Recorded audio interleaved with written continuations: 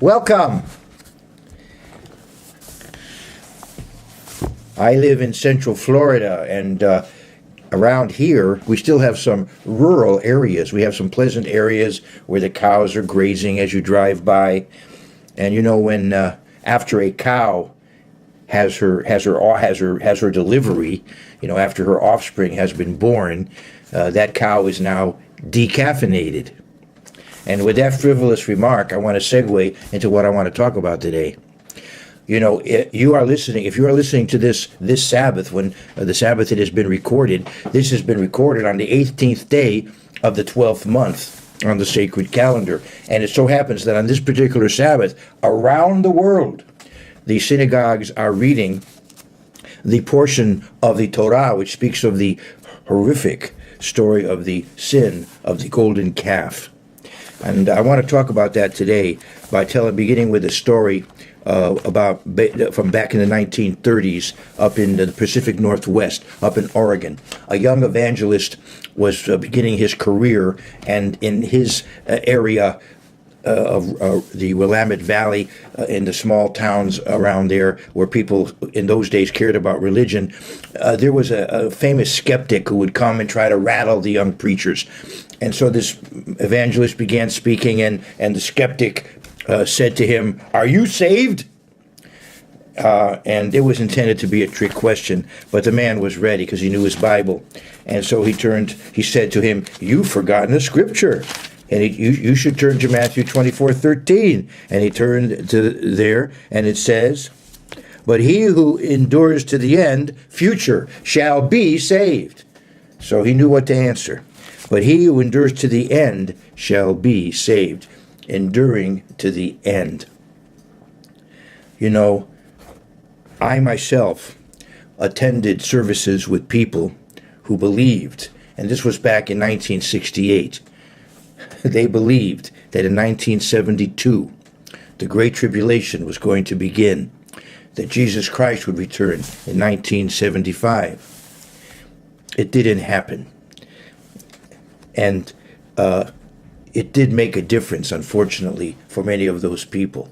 When I came among those people in the late 60s and early 70s, there was a certain zeal, there was a certain discipline that you felt, because everybody thought time was so short, and when the realization hit that history was going to move on, their lives would move on, a different kind of mood, attitude sort of took hold in that community, and it really wasn't the same in that sense. So it's very important to realize that we have this life to live. Jesus Christ promised to return, and he will, but we don't know exactly when, and we have only our own lives to live. If he comes before our lives end, great. If our lives end before he comes, then we know we can look forward to being resurrected at his return. Orthodox Jews around the world are united by 13 principles, the Yud Gimel Ikarim, and the 13 principles of Judaism, which were formulated by the great rabbi, physician, and philosopher of the Middle Ages, Moses Maimonides, Moses ben Maimon, who's known also in Hebrew as the Rambam, Rabbi Moses ben Maimon, or Moses Maimonides.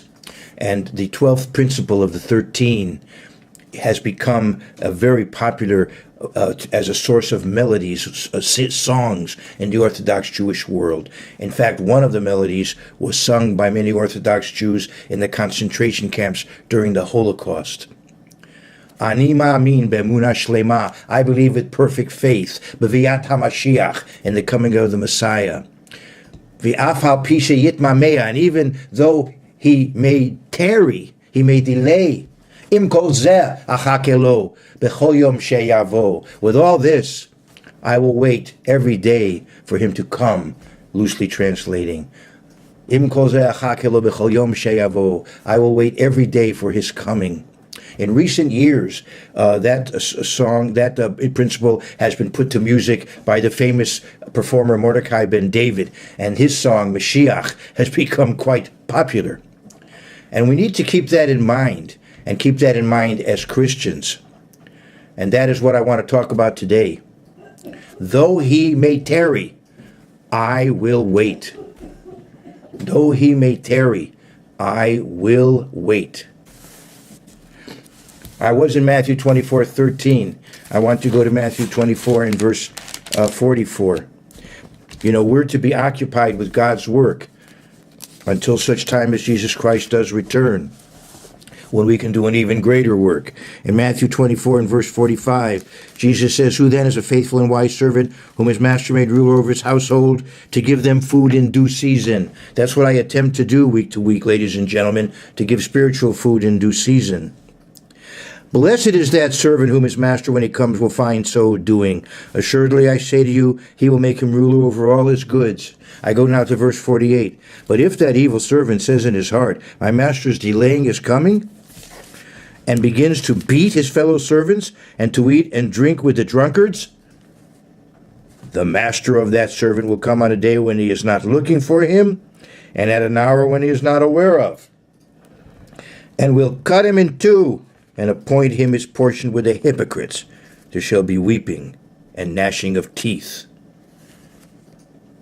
If people decide, they can begin to back down from their original commitment, if they begin to get lax, begin to assimilate into the culture, the mainstream culture, and begin to do what others do, if you're in positions of responsibility to oppress those under you, abuse and take advantage of those under you, or if you begin to get self-indulgent to the point where it becomes sinful behavior, as is mentioned here, for example, excessive drinking and so on.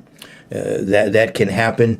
We can get lax. We can assimilate into the mainstream culture, and then we can lose out on this wonderful opportunity that God has given to us to be kings and priests and judges in the millennium, in the awesome age ahead.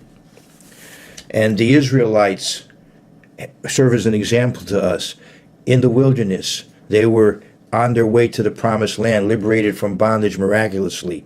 And they didn't have the patience to wait for Moses to come back. And they began to drift back into the ways of pagan Egypt that they had left. It's a very terrifying account to read, very famous. Hollywood has made it famous, of course. It's in the Bible. I want to go to 1 Corinthians 10, where Paul writes to the church at Corinth about this ancient history. It was even then ancient history. And he writes to these Gentiles, these Greek-speaking Gentiles, about the early church, the Hebrew-speaking church in ancient Israel, before they ever got to the promised land, as they were being delivered from bondage, and the example that was set there for us in 1 Corinthians 10. You see, Moses was a type of Jesus Christ. He was the lawgiver to those people, and he was their intermediary between them and God. Moses was a type of Jesus Christ. And so the typology there is quite stark, quite powerful. In 1 Corinthians 10, "Moreover, brethren, I do not want you to be unaware that all our fathers were under the cloud and passed through the sea." So they crossed the Red Sea. They came up on the other side. They were under the water, in a sense. There was walls on either side of them, a cloud over them, and they came out from that, and they were, in a sense, baptized. All were baptized into Moses in the cloud and in the sea. So Moses was a type of Christ, but God himself was with them and communicated with them. So they were dealing with God as his communicator, God as the Word, the Logos, and the angel of the eternal, Malach Adonai. And so they were dealing with the pre-incarnate Jesus Christ, as Paul says. All ate the same spiritual food and all drank the same spiritual drink, for they drank of that spiritual rock that followed them, and that rock was Christ. But notice what happened. But with most of them, God was not well pleased, for their bodies were scattered in the wilderness. In other words, in one of the major episodes there was that they could not wait. They could not endure and just live their lives patiently doing what was needed, what they needed to do.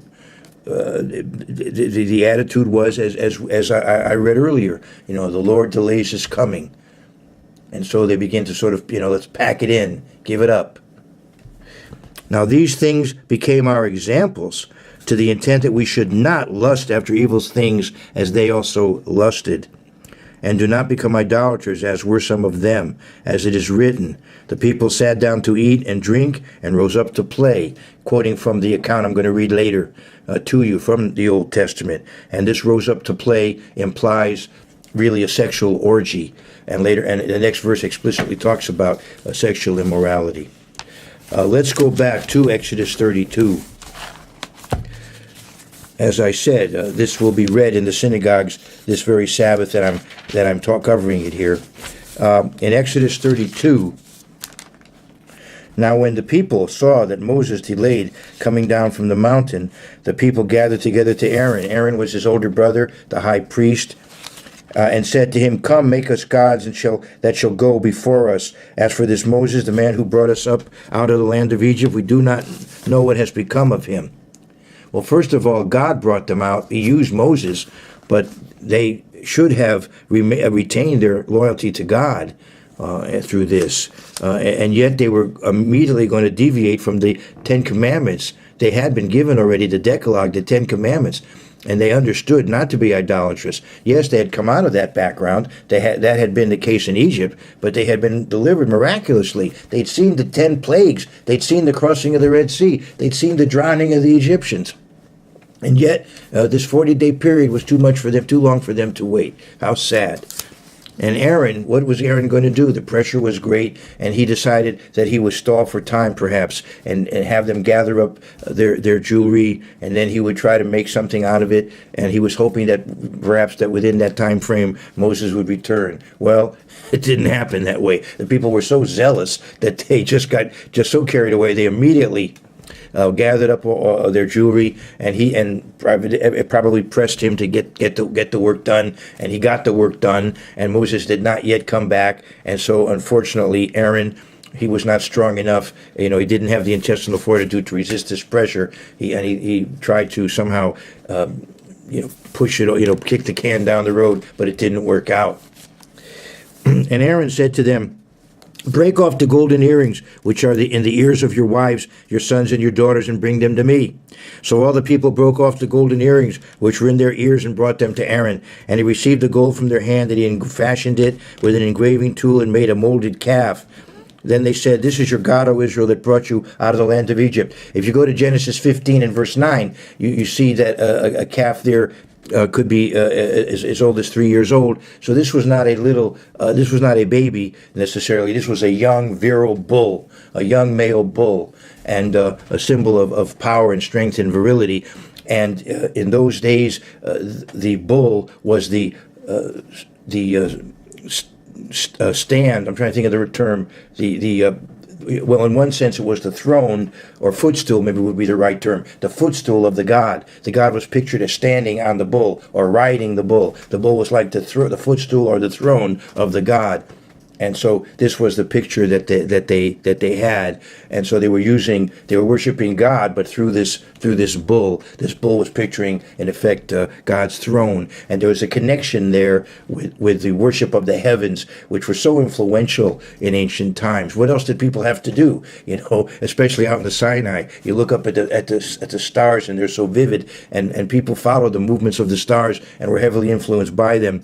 And there's the morning star at times, which I think it also becomes at times the evening star, Venus. Venus is, I think, besides the moon, the most prominent feature in the sky.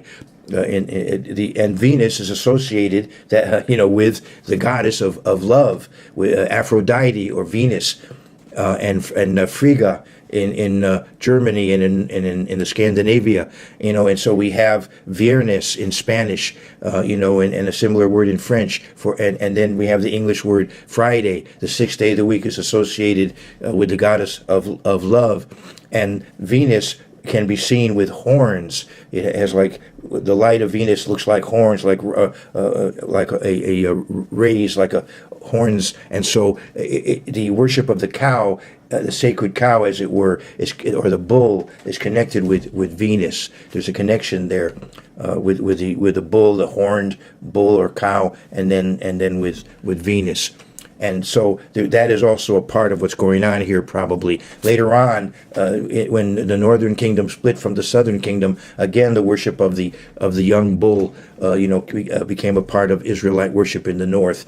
Again, the concept of the golden calf reasserted itself, unfortunately. And Moses, very likely, if you look at the history of the Ten Commandments and the Book of the Covenant, Exodus 20 through 24, it was ratified on Pentecost, which was on a Sunday. So Sunday night, then Moses would have gone up to the mountain to commune with God. And so, in effect, he went up on a Monday, and then he would have come down. The 40th day would have been a Friday, and so that's when they were having this festival to this new god, or this new or worshiping God in this form. But it was connected very likely with Venus. As I said, Friday is the day associated with Venus, and that's one reason why we had very likely sexual orgies in connection with all of this. So this is just some background, possibly to help us understand what's going on here culturally. Remember that they had been steeped in this culture. They had spent quite a bit of time in ancient Egypt, and they had been steeped in this culture. And before that, they were in Canaan. And of course, before that, Abraham had been brought out of Babylon, out of Ur of the Chaldees. So all through their history, unfortunately, people around them were idolatrous and did all kinds of horrific things in connection with their religion. But this was all part of the culture that surrounded them. All right, so that's a lot of background, but let's go back into this now.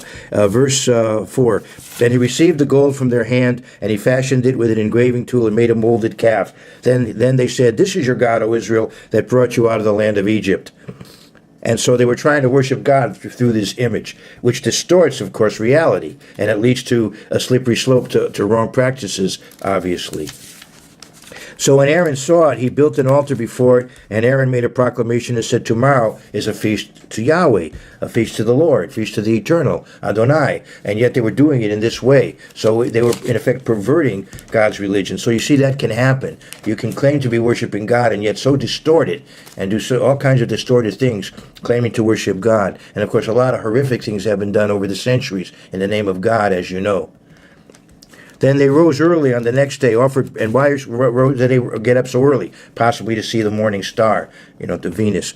Then they rose early on the next day, offered burnt offerings and brought peace offerings, and the people sat down to eat and drink and rose up to play. And the play here could imply sexual immorality. And the Eternal said to Moses, Go get down, for your people, whom you brought out of the land of Egypt, have corrupted themselves. They have turned aside quickly out of the way which I commanded them. They have made themselves a molded calf, and worshipped it and sacrificed to it, and said, This is your God, O Israel, that brought you out of the land of Egypt. Remember, Moses is a type of Jesus Christ. He goes up the mountain and in order to return, just as Jesus Christ, ascended to heaven to return to govern this world. And Moses went up to receive God's law and to come down and to govern Israel through God's law. And the Eternal said to Moses, I have seen this people, and indeed it is a stiff-necked people. Now therefore let me alone, that my wrath may burn hot against them, and that I may consume them, and I will make of you a great nation. Well, now Moses could have been very weak about this, very submissive, and said, well, if that's what you want. But wait a minute, what about all those people? So it is not appropriate to just simply go along with a decision of this magnitude if you have questions about it. You should question a decision of this sort if you have legitimate questions. And he did. He loved his people. He wanted to give his people an opportunity to participate in this wonderful plan that God had. And he didn't have this great ego that it should all be based on him. He was, as it says in Numbers 12, the most humble of people. Now, he had a problem with anger management. He had a tremendous temper, and that ultimately was, in one sense, his undoing. But humility he had, and he was not willing to just make himself the great, let's say, the great ancestor of the church. Rather, he wanted the people spared who were already there to give them an opportunity, give them a second chance. And so he did what Jesus Christ does for us. He pleaded for his people. He interceded with God for the life of his people, just as Jesus Christ intercedes for us. Then Moses pleaded with the Eternal his God and said, Eternal, why does your wrath burn hot against your people whom you have brought out of the land of Egypt with great power and with a mighty hand? Why should the Egyptians speak and say, He brought them out to harm them, to kill them in the mountains, and to consume them from the face of the earth? Turn from your fierce wrath and relent from this harm to your people. So he eloquently came up with the various reasons why not to do this. Remember Abraham, Isaac, and Israel, your servants, to whom you swore by your own self, and said to them, I will multiply your descendants as the stars of heaven, and all this land that I have spoken of I give to your descendants, and they shall inherit it forever. So, in effect, he's saying, don't start over again with me. These people are here. Forgive them. Give them that chance. So the Eternal relented from the harm which he said he would do to his people. But you see how serious a crime this was for God to bring this matter up. In effect, what he's saying is this matter is so serious that in one sense that I should start over. And I'm not going to. I'm going to forgive them, but that's how serious an offense this was. And Moses turned and went down from the mountain, and the 2 tables of the testimony were in his hand. The 2 tablets of the testimony were in his hand. The tablets were written on both sides. On the one side and on the other, they were written. My Uncle Sam, who was a cantor, a chazan, later on a rabbi, he used to tell a story, I'll paraphrase, that the Israelites were a headache to Moses. So God gave him 2 tablets. So he comes down from the mountain with the 2 tablets. But as I said, he was the humblest of people, but he had a problem with his temper. So as you know, he smashed these tablets. Well, you can understand why when you consider what he saw. I mean, after all, when you consider what these people had been through, for them to go so far away from what they ought to be doing, it's just incredible. Now the tablets were the work of God, and the writing was the writing of God engraved on the tablets. And when Joshua heard the noise of the people as they shouted, he said to Moses, there is a noise of war in the camp. But he said, it is not the noise of the shout of victory, nor the noise of the cry of defeat, but the sound of singing I hear. So we go now to verse 19. So it was as soon as he came near the camp that he saw the calf and the dancing. So Moses' anger became hot, and he cast the tablets out of his hands and broke them at the foot of the mountain. Then he took the calf which they had made, burned it in the fire, and ground it to powder, and made the children of Israel drink it. And so this was a way of showing them, you have participated in this sin, you must now bear the consequences. You must in effect drink this cup. And Moses said to Aaron, what did this people do to you that you have brought so great a sin upon them? Imagine the embarrassment of Jews each year in the synagogue when they have to read this account of what their ancestors did. Imagine my embarrassment as I read about my ancestor Aaron. And, with all due respect, I realize the greatness of Aaron, but this was obviously something that he later would have been quite ashamed of, obviously. And Moses said to Aaron, what did this people do to you that you have brought so great a sin upon them? And here you see human nature. You see how Aaron explains himself. Now, have you ever been caught in a situation? We have this expression in English, I was caught red-handed. And so people joke, well, what color were your hands before? But I know there's this expression in English, to be caught red-handed. So he what happens when you're confronted with a stupid thing you've done, some wrong thing you've done? You tend to hem and haw and make excuses, and somehow it's not entirely your fault. You know how it goes. And here we have a classic answer. So Aaron said, do not let the anger of my Lord become hot. You know the people, that they are set on evil. For they said to me, make us gods that shall go before us. As for this Moses, the man who brought us out of the land of Egypt, we do not know what has become of him. And I said to them, whoever has any gold, let him break it off. So they gave it to me, and I cast it into the fire, and this calf came out. What a way to put it. But isn't that the way you or I put it when we've been confronted? Me? Who, me? I cast it into the fire, and this calf came out. Oh, really? So obviously Aaron was quite embarrassed about all this, but he quickly, of course, was sorry for it, and quickly came back to Moses, as did Moses' tribe, the tribe of Levi. And this was a turning point in the history of Israel, where the Levites, who had an inclination towards violence, were now directing that in the service of God. So as you know, the priests came from Aaron, who was a Levite, and the assistants came from the other Levites. So they took this violent tendency they had, and this very intense personality that they had, and they applied it to being teachers and to being also those who participated in the sacrificial system in the temple. So this was a turning point in their history where the Levites, let's say, repented very, very sincerely of their this calf, a golden calf episode, and became the enforcers, dealing punishments out to the worst perpetrators of that horrific act, as you'll see in a moment. Now, when Moses saw that the people were unrestrained, for Aaron had not restrained them, to their shame among their enemies, then Moses stood in the entrance of the camp and said, "Whoever is on the eternal side, come to me."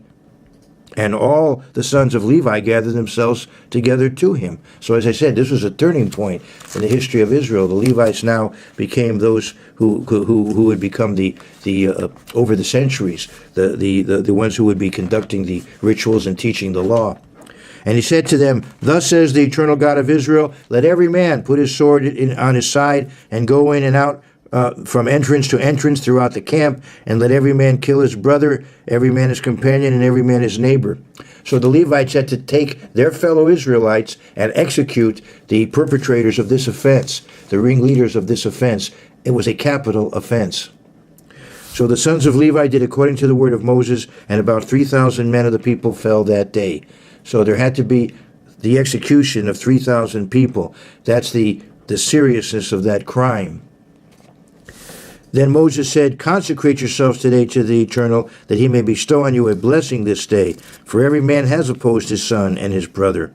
Now the next day very possibly was the Sabbath, and Moses instructed them.